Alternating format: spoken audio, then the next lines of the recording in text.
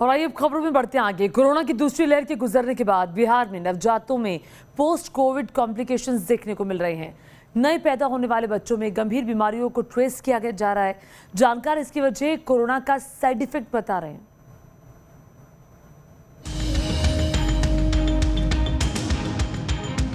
बिना pace maker के नहीं धड़क सकता 5 दिन के नवजात का दिल। ये कोविड माह से जन्मा हुआ बच्चा है, इसको भी हार्ट ब्लॉक की समस्या है।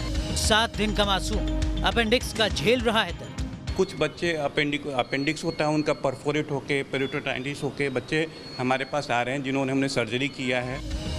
बिहार में कोरोना की दूसरी लहर के बाद नवजात बच्चों में गंभीर बीमारियों के लक्षण दिखने लगे हैं। कोरोना का संक्रमण झेल चुकी महिलाओं के नवजातों में ट्रेस हो रहा है गंभीर मर्ज। कोरोना संक्रमण के साइड इफेक्ट को लेकर नया दावा सामने आ रहा है। पटना के महावीर वात्सल्य अस्पताल के डॉक्टर्स के मुताबिक कोरोना संक्रमित महिलाओं के प्रसव के बाद नवजातों में गंभीर बीमारियों के लक्षण दिख रहे हैं। 4 सितंबर को निशांत कुमार की पत्नी ने बच्चे को जन्म दिया था। परिवार खुश था, लेकिन डॉक्टर ने जब बताया कि नवजात का हार्ट ब्लॉक है तो सारी खुशी काफूर हो गई। अब 10 दिन के इस बच्चे को पेस मेकर लगाने की जरूरत है।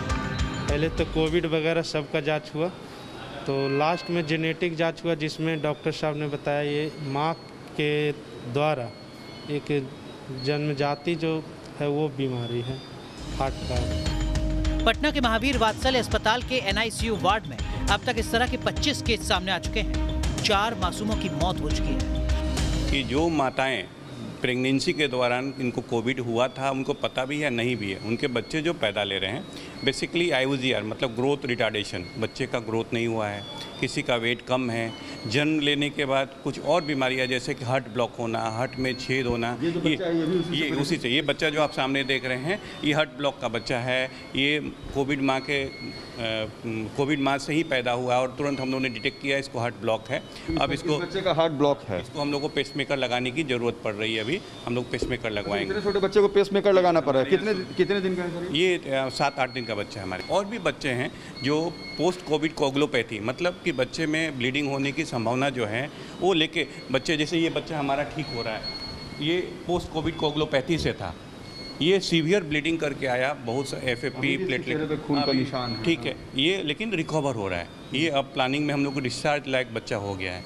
कुछ बच्चे अपेंडिक्स होता है उनका परफोरेट होके पेरिटोटाइटिस होके बच्चे हमारे पास आ रहे हैं जिन्होंने हमने सर्जरी किया है, और कुछ बच्चे हम लोगों ने खोए भी हैं। तो ये कोविड के दौरान नया एक परेशानी जो तो क्या गर्भ में ही नवजातों को प्रभावित कर रहा है कोरोना वायरस? इस दावे को लेकर कई तरह के सवाल अब तक अनसुलझे हैं। बिहार के अलावा इस तरह के मामले अभी तक देश के दूसरे राज्यों में सामने नहीं आए हैं।